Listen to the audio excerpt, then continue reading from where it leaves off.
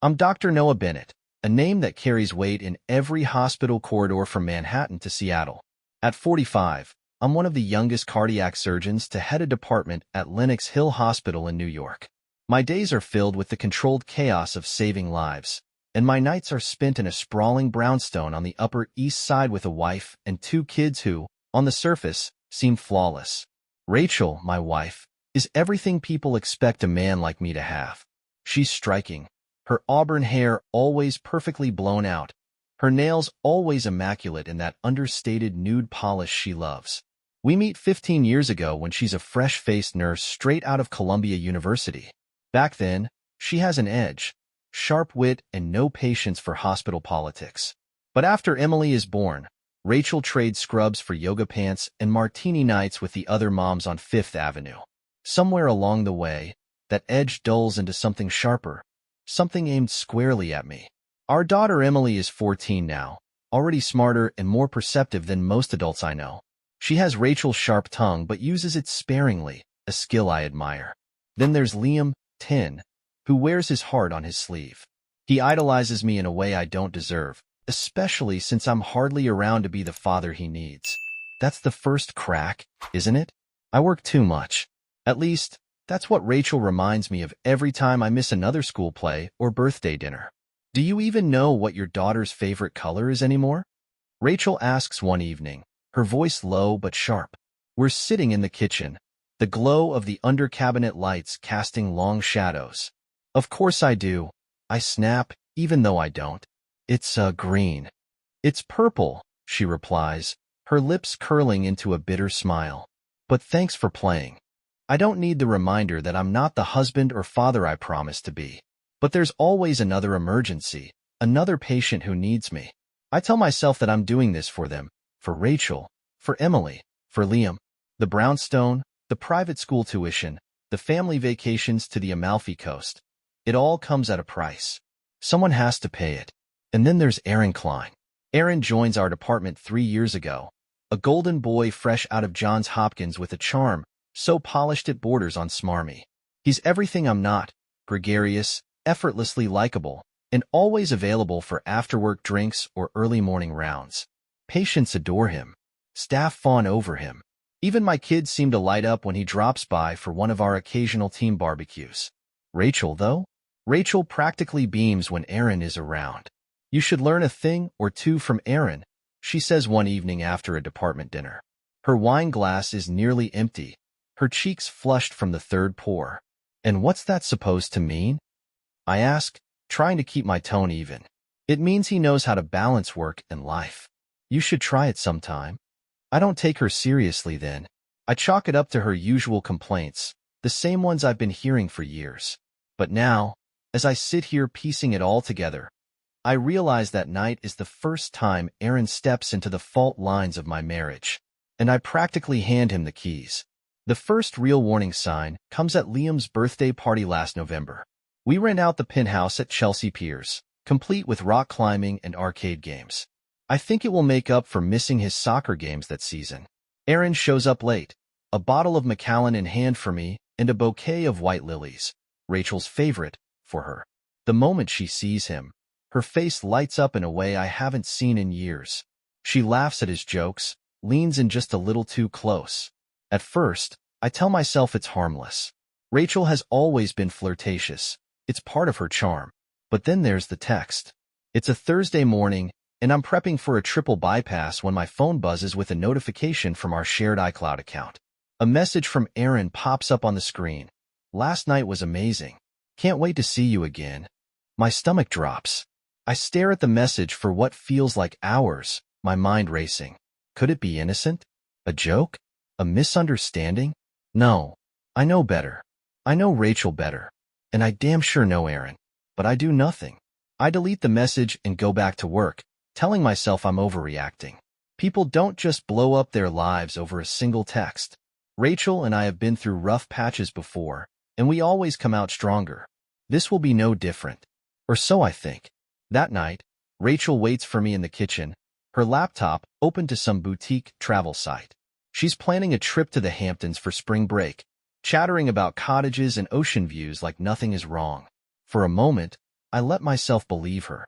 I smile, kiss her on the cheek, and let her believe I haven't seen the message. Because if I'm going to face whatever is happening, I need time. Time to think. Time to plan. Time to make sure, when the truth finally comes out, it will be on my terms.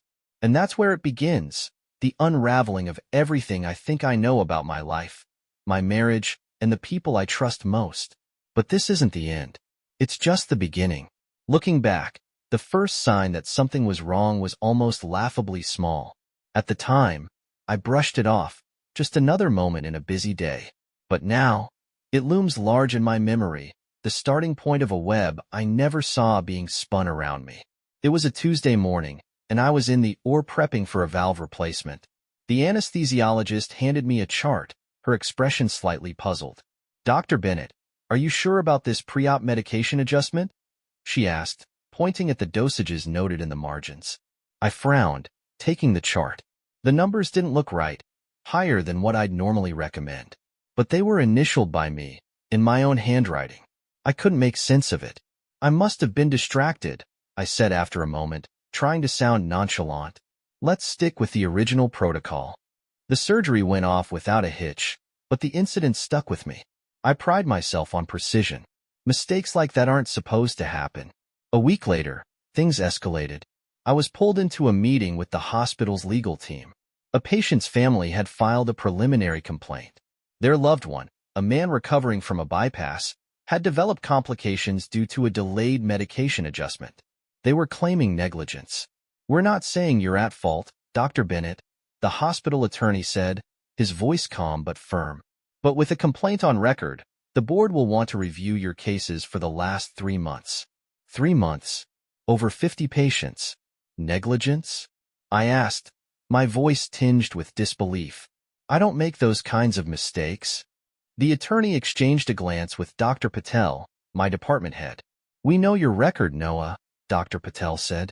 Her voice was measured, but there was an edge of doubt that cut deeper than I expected. "But this isn't the first inconsistency we've noticed. It might be time to take a closer look." I left that meeting with my jaw clenched and my stomach in knots. My reputation, the trust one had spent decades building, was under scrutiny. But what gnawed at me more than anything was the growing suspicion that these mistakes weren't mine. That evening, I sat in my home office, sifting through patient records. The glow of my laptop illuminated my desk as I combed through charts, notes, and prescriptions, searching for patterns. Hours passed, and I was no closer to understanding what was happening. And then I heard voices. At first, I thought it was Emily or Liam sneaking out of bed. But as I moved closer to the door, I recognized Rachel's voice and someone else's. "Aaron, I told you not to push too hard," Aaron's voice murmured. It was low but clear. "And I told you I can handle him," Rachel snapped, her tone sharp. My pulse quickened, and I froze just outside the door. "This needs to stay under control, Rachel," Aaron said. "If he catches wind—" "He won't," she interrupted, her voice firm. "He's too distracted playing hero at the hospital to notice anything." I stood there, my mind racing. Were they talking about me? About the complaints? Or was this something else entirely? Before I could process it, their voices faded, and I heard Rachel's heels clicking down the hall. When I finally stepped into my office, the space was empty. Only the faint scent of Rachel's perfume lingered, a cruel reminder that she had been there. The next morning, I was still trying to make sense of it all when Emily stopped me in the hallway. She looked worried, chewing on her bottom lip, a habit she'd picked up from Rachel. "Dad, can I talk to you about something?" "Of course, Em," I said, crouching slightly to meet her at eye level. "It's about Mom," she said, glancing over her shoulder to make sure we were alone. Her tone set me on edge. "What about Mom?" "She's been weird lately. And, Dr. Klein is over here a lot. Like, a lot." I tried to keep my expression neutral, but Emily's sharp eyes caught the flicker of tension. "You think something's wrong?" I asked, keeping my tone light. "I don't know," she said hesitantly, "but I heard them talking the other day, and it didn't sound normal. Just like, pay attention, okay?" She walked off before I could say anything else, leaving me rooted to the spot. Emily was perceptive, always had been. If she was noticing something unusual, it wasn't just in my head. As I sit here now, piecing it all together, I realized that was the moment everything started to feel real. The discrepancies in the hospital, the conversations behind closed doors, even Emily's quiet warnings, they weren't isolated incidents. They were threads of a larger tapestry, one I hadn't yet begun to unravel. And for the first time, I feel the weight of it pressing down on me. The truth doesn't come all at once. It creeps in, slow and insidious, like a shadow stretching across my life. But once it settles, there's no escaping it.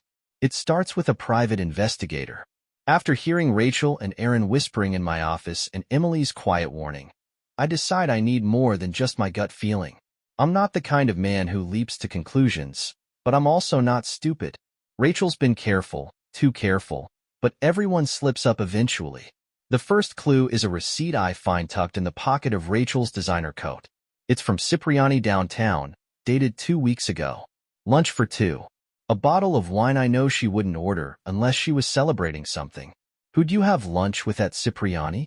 I ask casually that night as we sit at opposite ends of the dining table. Rachel barely looks up from her phone.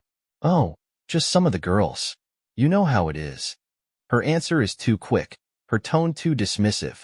My stomach churns, but I keep my face neutral. The investigator I hire is discreet, recommended by a lawyer friend who owes me a favor. Within days, he's sending me photos. Rachel and Aaron are at Cipriani in one of the shots, leaning in close, laughing like a couple in love. There are other pictures, too. Rachel walking into Aaron's building on the Upper West Side, staying for hours at a time. It's one thing to suspect your wife is cheating. It's another to see the proof in high-definition clarity. But that's not all the investigator uncovers. It's worse. One evening, I get a call from him while I'm sitting in my car, parked a block away from our brownstone. I've found something you need to see, he says. He sends me a file with screenshots and emails, proof that Rachel and Aaron aren't just having an affair. They're plotting against me. There are messages between them discussing my cases, strategies for finding errors in my work, and presenting them to the board. One email from Aaron reads, "Once Noah's out of the picture, I'll step into his position. You'll get what you deserve, and we'll both be free of him." Rachel's reply is like a dagger to my chest. About time. He's useless as a man, blind as a bat. He'll never see it coming. I sit in the car for what feels like hours, staring at the screen. My heart is pounding, my palms sweaty. My wife, my Rachel, is calling me useless, blind. She's the woman I've built my life with, the mother of my children. And now she's plotting with Aaron to take everything from me. My career, my reputation, my family. The investigator doesn't stop there. He discovers that Rachel has been siphoning money from our joint accounts into a private one.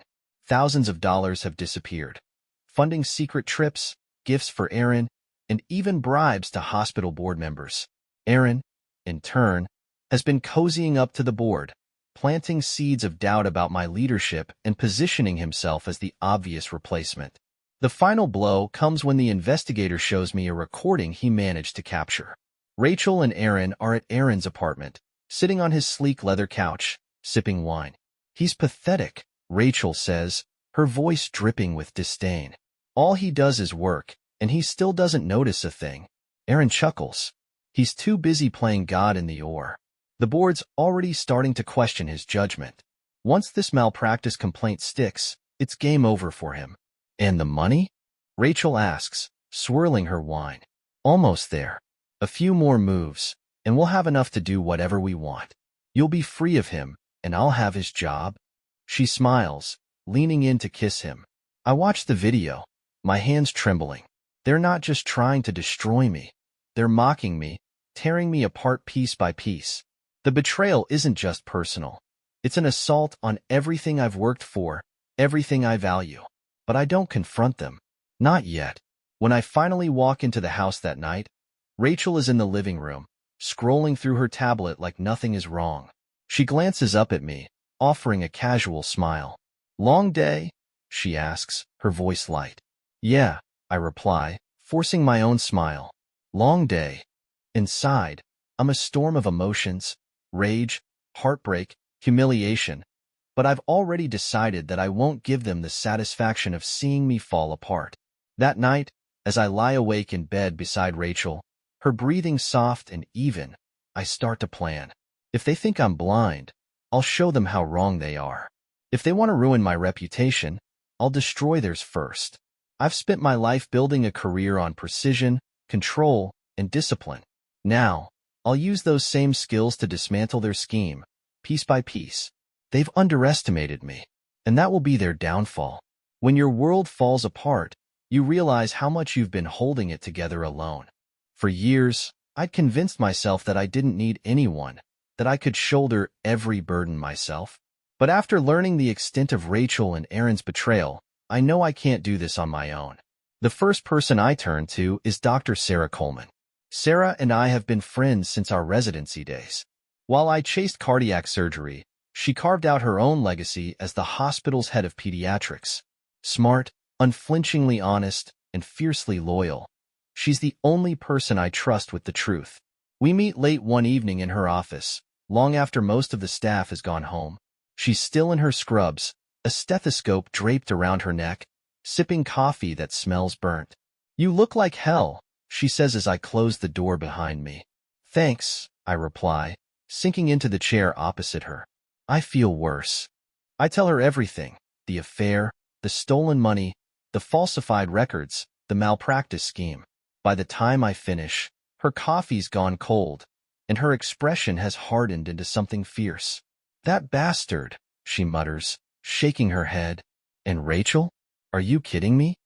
"I wish I were," I say. Sarah leans forward, her elbows on her desk. "Okay, first things first. You're not handling this alone. Whatever they're planning, we're going to stop it. But you need to be smart about this. No emotional outbursts, no confronting them. Let them think they've got the upper hand. That's the plan," I say. "But I need help." "You've got it," she says without hesitation. The next step is bringing in James Carter, a seasoned malpractice attorney I've worked with in the past. James is sharp, discreet, and relentless, the kind of person you want in your corner when your career is on the line. We meet at a quiet cafe downtown, away from prying eyes. "You've got quite the mess on your hands," James says after I lay everything out for him. "Tell me something I don't know," I reply, rubbing my temples. James leans back in his chair, tapping a pen against his notepad. "The good news is, if they're falsifying records, that's traceable. The bad news is, it'll take time to gather enough evidence to discredit them without implicating yourself in the process." "I don't have time," I say. "The board is already breathing down my neck." "Then we start now," he says. "I'll dig into the malpractice claim and see if I can link it to Aaron or Rachel. But you need to tread carefully. Don't give them any reason to suspect you're onto them." Back at the hospital, I take a more subtle approach. I've always been on good terms with Eleanor Marks, the hospital's chief administrator. Eleanor is sharp-eyed, no-nonsense, and fiercely protective of the hospital's reputation. She's never been one to play favorites, but she's respected my work for years. Over coffee in the staff lounge one morning, I begin planting seeds. "Have you noticed any unusual discrepancies in protocol lately?" I ask, keeping my tone casual. Eleanor raises an eyebrow. "Why do you ask?" "Just something I've picked up on," I say with a shrug. "A few cases where medication orders were adjusted without proper documentation. I thought it might be worth looking into." Eleanor studies me for a moment, her sharp gaze searching for ulterior motives. "I'll review the logs," she says finally. "Thanks for bringing it to my attention." At home, the situation is more complicated. Emily has always been my anchor, her sharp mind and empathetic nature a source of comfort in difficult times. I start spending more time with her, listening to her observations about Rachel and Aaron. "They think I don't notice," she says one evening as we sit on the couch, the TV playing quietly in the background. "But I do. Mom's different when he's around." She smiles more, laughs more. "It's weird." Her words cut deeper than she realizes. "I'm sorry you have to see that," I say softly. "But you don't need to worry, okay? I'm handling it." Emily nods, but the concern in her eyes lingers. Liam, on the other hand, is pulling away. He's always been sensitive, but lately, he's retreated further into his shell.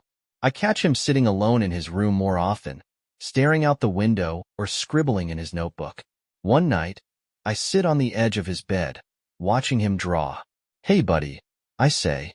"You okay?" He shrugs, not meeting my eyes. "Things have been a little stressful lately, haven't they?" He nods. "I'm sorry," I say, my voice thick.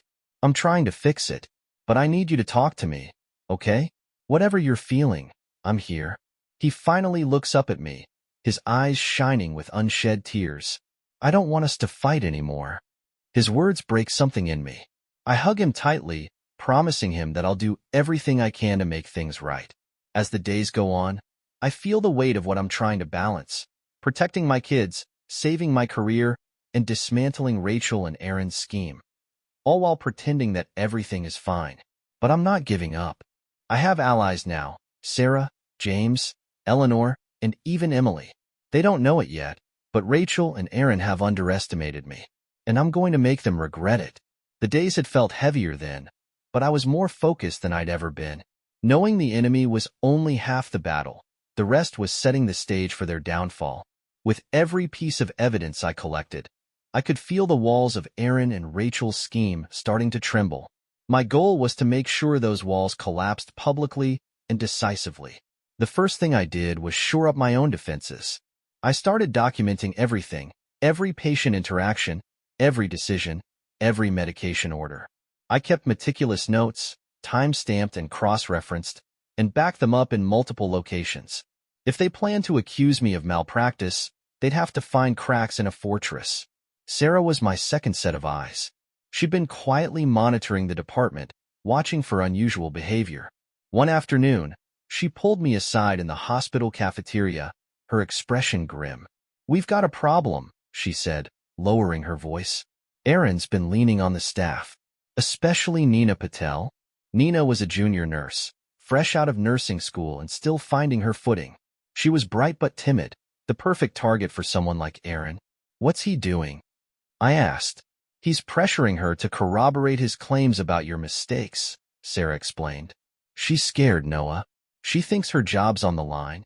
That night, I found Nina in the break room, her hands trembling as she poured a cup of coffee. "Nina," I said gently, stepping into the room.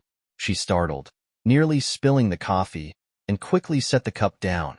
"Dr. Bennett, It's okay," I interrupted, holding up a hand. "I just want to talk."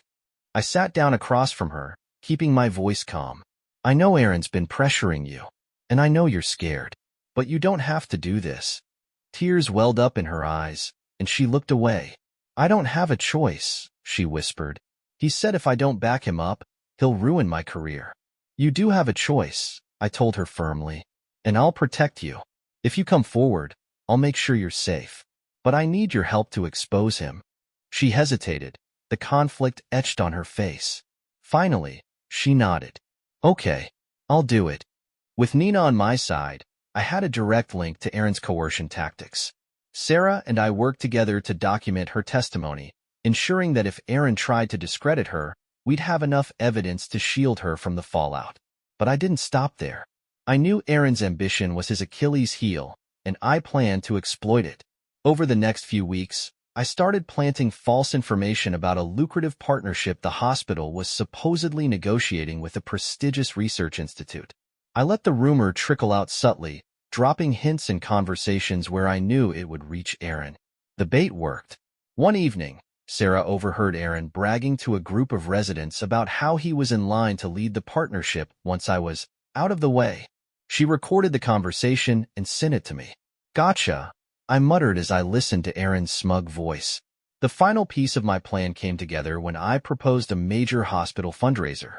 I pitched it as a way to boost morale and bring in much-needed donor funding, framing it as a win-win for everyone. The board agreed enthusiastically, and the date was set. I made sure the guest list included not only the board members but also key donors, influential staff, and members of the media. If this was going to end, it had to end in front of everyone. As the event approached, the tension at the hospital became almost palpable. Aaron and Rachel continued to play their parts perfectly. Aaron, the charming colleague; Rachel, the supportive wife. They thought they were winning, and I let them believe it. But the truth was, the trap was already set. One evening, as I sat in my office reviewing the final preparations for the fundraiser, Emily walked in. "Big plans?" she asked, nodding at the stack of papers on my desk. "Something like that," I said with a small smile. She sat down across from me, her expression serious. "You're going to fix it, aren't you? Everything with Mom and him?" Her words caught me off guard. I'd been careful not to burden her with the full weight of what was happening, but Emily had always been perceptive. "I'm working on it," I said after a moment. "It's going to take time, but I'll fix it." She nodded, and for the first time in weeks, I saw a glimmer of hope in her eyes. By the time the night of the fundraiser arrived, everything was in place. I felt a mix of nerves and determination as I stepped into the grand ballroom, where the hospital's most influential stakeholders mingled under glittering chandeliers.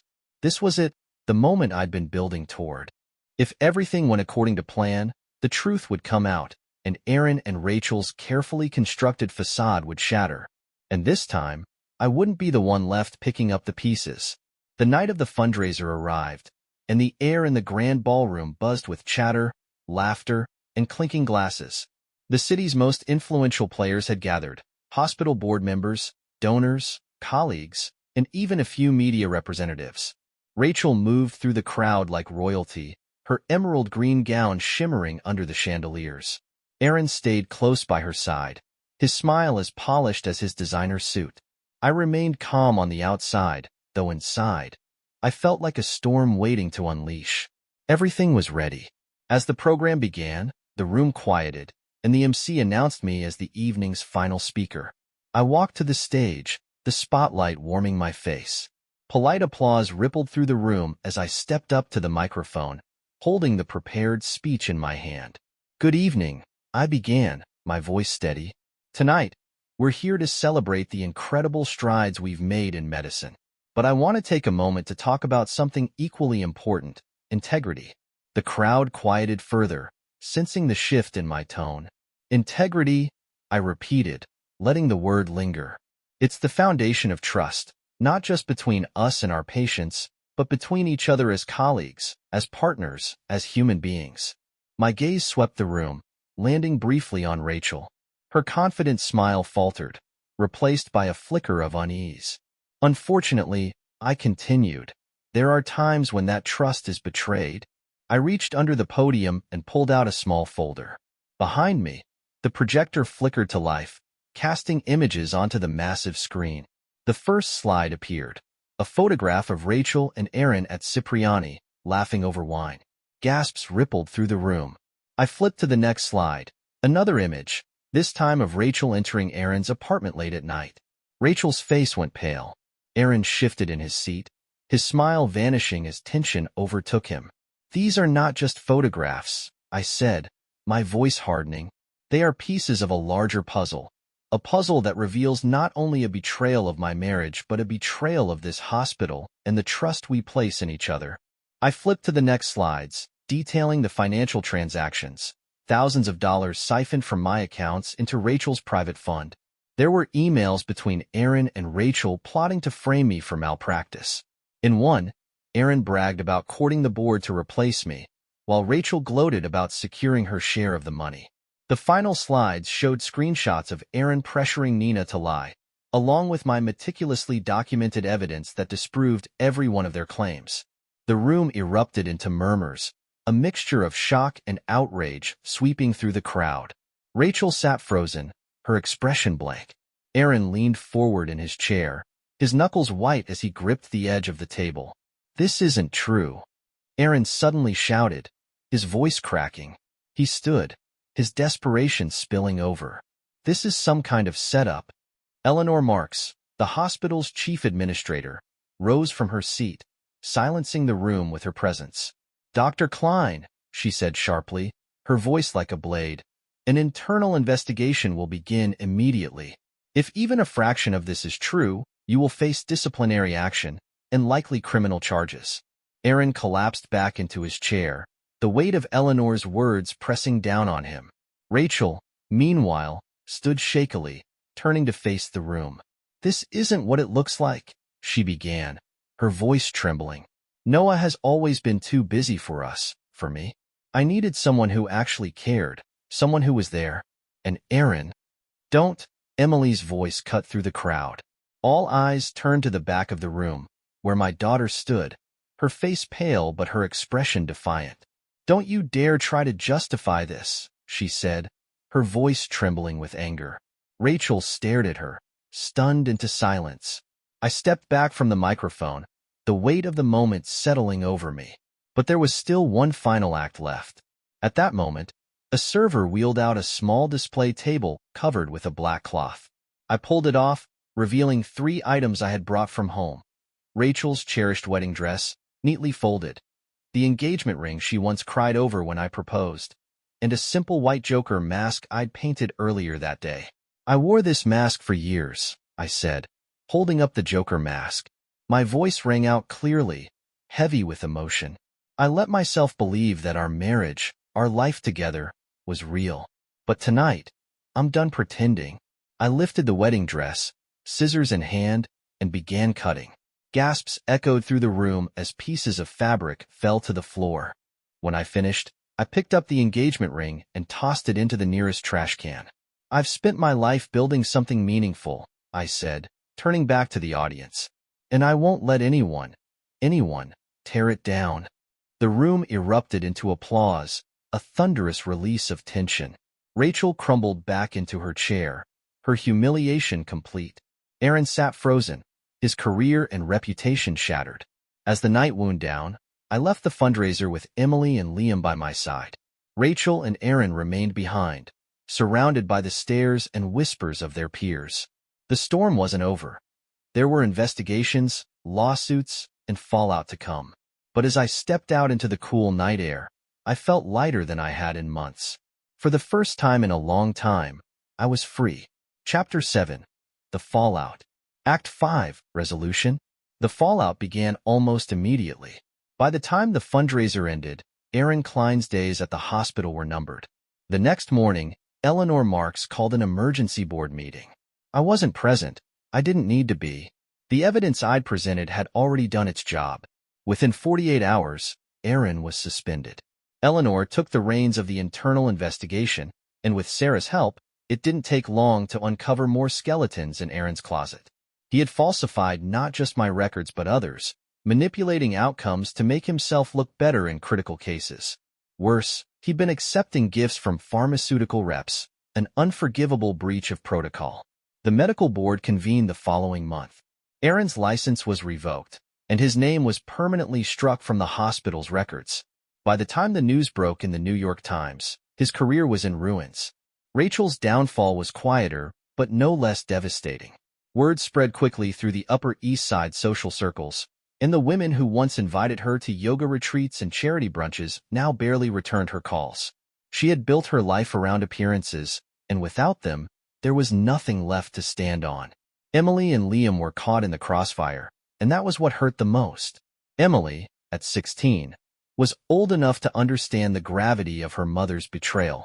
She had always idolized Rachel, even when she complained about her sharp edges and occasional aloofness. But now, Emily couldn't hide her anger. One afternoon, I found her in her room, packing a suitcase. "Emily?" I asked, stepping into the doorway. She didn't look up, her hands methodically folding sweaters. "I'm going to stay with Grandma for a while." I felt a pang in my chest. "You don't have to leave." She turned to face me, her eyes red from crying. "I can't be here, Dad. Not with her. Every time I see her, I feel like I'm going to explode." I nodded, understanding. "If that's what you need, it's okay. But remember, I'm here for you. Always." She hugged me then, her arms tight around my waist. Liam's response was different.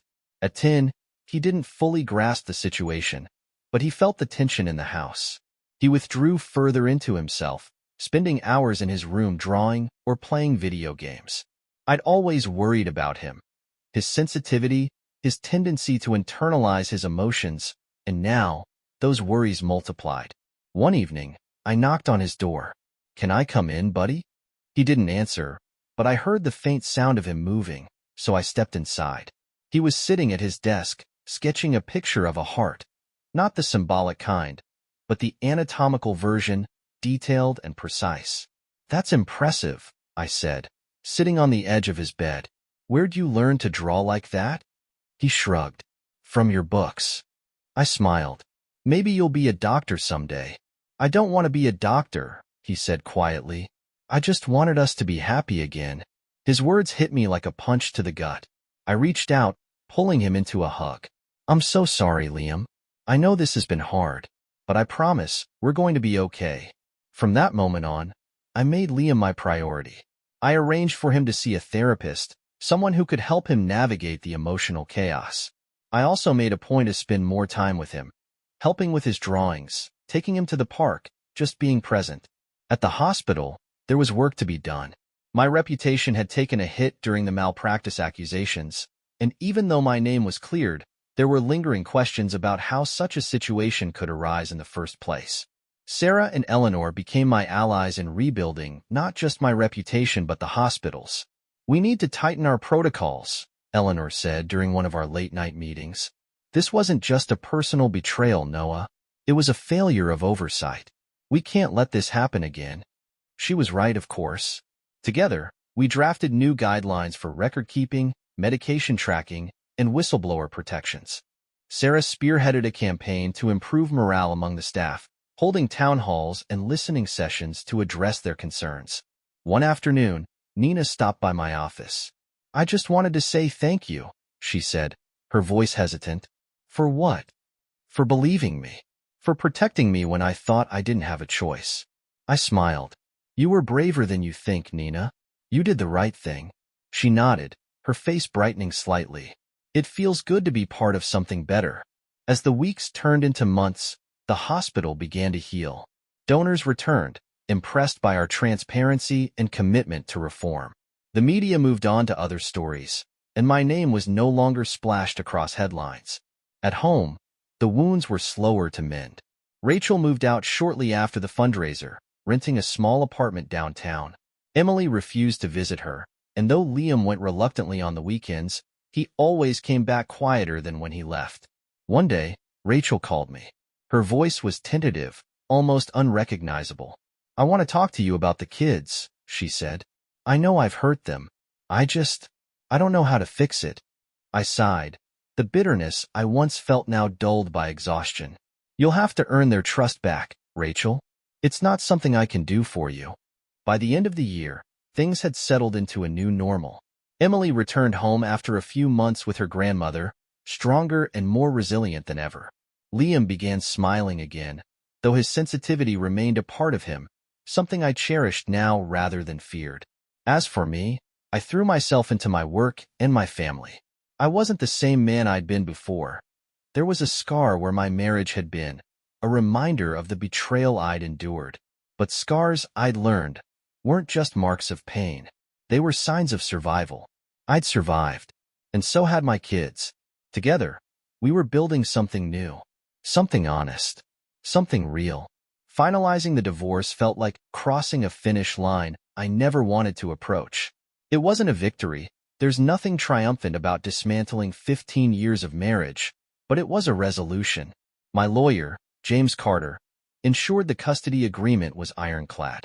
Rachel would have limited visitation with Liam, but Emily, now 16, had outright refused to see her mother. I didn't push her. Financially, Rachel left with only the bare minimum. The siphoned funds she'd hidden with Aaron were long gone, spent on their schemes and indulgences. I made sure she couldn't take another bucks. When I handed her the final papers, we sat in a sterile office, the air between us cold and heavy. You're going to regret this, she said bitterly, her fingers trembling as she signed. I didn't respond. What was there to say? Her regrets were her own, just as her choices had been. Rachel moved out of the city after that. The apartment downtown was too expensive to maintain, and without her circle of so-called friends, she had no reason to stay. From what I heard through mutual acquaintances, she tried to reconnect with Emily, writing letters and leaving voicemails that went unanswered. Liam went to see her occasionally, but even he grew distant. The last time I asked how the visit went, he simply shrugged and said, she didn't seem like herself. I didn't press further. Emily, on the other hand, became my rock. We talked late into the evenings sometimes, her perspective often startling in its maturity. "You know, Dad," she said one night as we sat on the couch, watching the city lights through the window, "you handled all of this better than most people would have. I don't think I could have kept my cool." I chuckled, though the memory of those sleepless nights, the anger I swallowed, still burned faintly. I didn't always feel like I was handling it well. I just knew I had to protect you and Liam. She smiled, leaning her head on my shoulder. "You did, and I'm proud of you." Liam's healing was slower, but just as rewarding to witness. Therapy became a weekly routine, and little by little, he began to emerge from his shell. One afternoon, I found him in the kitchen, sketching another anatomical heart. This time, though, it had intricate vines and flowers growing around it. "This is incredible, buddy," I said, sitting beside him. "You're really talented." He smiled shyly, his cheeks reddening. "Thanks, Dad. I'm thinking about entering the school art show." "That's a great idea," I said, ruffling his hair. "You'll do amazing." At the hospital, my focus shifted toward creating something meaningful from the chaos I'd endured. I proposed a mentorship program for young doctors, designed to teach not just technical skills, but also the importance of ethics and integrity. "Your story is a cautionary tale, Noah," Eleanor said during one of our meetings, "but it's also a testament to resilience. People respect you for that." The program launched 6 months later, with Sarah and me as co-leads. Watching the eager faces of the residents as we shared our experiences, I felt a sense of purpose I hadn't felt in years. As for Aaron, his downfall was complete, though not without its share of spectacle. After losing his medical license, he tried to claw his way back into the field through consulting work, but his reputation preceded him. I saw him once after everything unraveled. It was late one evening, as I was leaving the hospital after a particularly long shift. He was standing on the sidewalk across the street, his tailored suits replaced by a worn jacket and scuffed shoes. Our eyes met, and for a moment, neither of us moved. Then he crossed the street, his hands jammed into his pockets. "Noah," he said, his voice quieter than I remembered. "Aaron." He looked like a shadow of the man he once was. His normally perfect posture was slouched, and there was a hollowness in his eyes that hadn't been there before. "I wanted to say, I'm sorry," he said, his gaze falling to the ground. "For everything. For what I did to you, to your family, to the hospital. I thought I could win. But I didn't just lose. I destroyed myself in the process." I studied him for a moment, the bitterness I'd carried toward him fading into something closer to pity. "I don't need your apology," I said finally. "But if you're really sorry, do better. Start over. And this time, try being honest." He nodded, his expression unreadable, and walked away. Eleanor later told me that Aaron had moved back to Baltimore, where he'd started his career. There, he was trying to rebuild his life, working at a community clinic. It wasn't the prestigious life he'd once craved, but maybe, in a strange way, it was the redemption he needed. In the end, my own redemption came not from tearing down others, but from rebuilding myself. Eleanor offered me a promotion to oversee hospital ethics, a position I accepted with pride. I spent the next year implementing changes that made the hospital stronger, fairer, and more transparent. At home, life grew quieter but fuller. Emily and Liam flourished in their own ways, and I began to find joy in the little moments, family dinners, walks in the park, and late-night talks that reminded me of what mattered most. The scars of betrayal remained, but they no longer defined me. Instead, they became a reminder of how far I'd come and how much I'd overcome. And for the first time in a long time, I felt whole.